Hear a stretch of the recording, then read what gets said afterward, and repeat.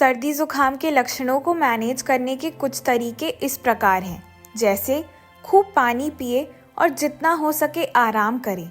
गले के दर्द के लिए नमक के पानी से गरारे करें। बंद नाक को खोलने के लिए भाप लें। डॉक्टर या केमिस्ट से सर्दी जुकाम की दवाइयाँ लें। यह आपको आराम दिलाने में मदद करेंगी। अगर आपके लक्षण बिगड़ रहे हों या और नए लक्षण दिखने लगे हों तो डॉक्टर से ज़रूर कंसल्ट करें।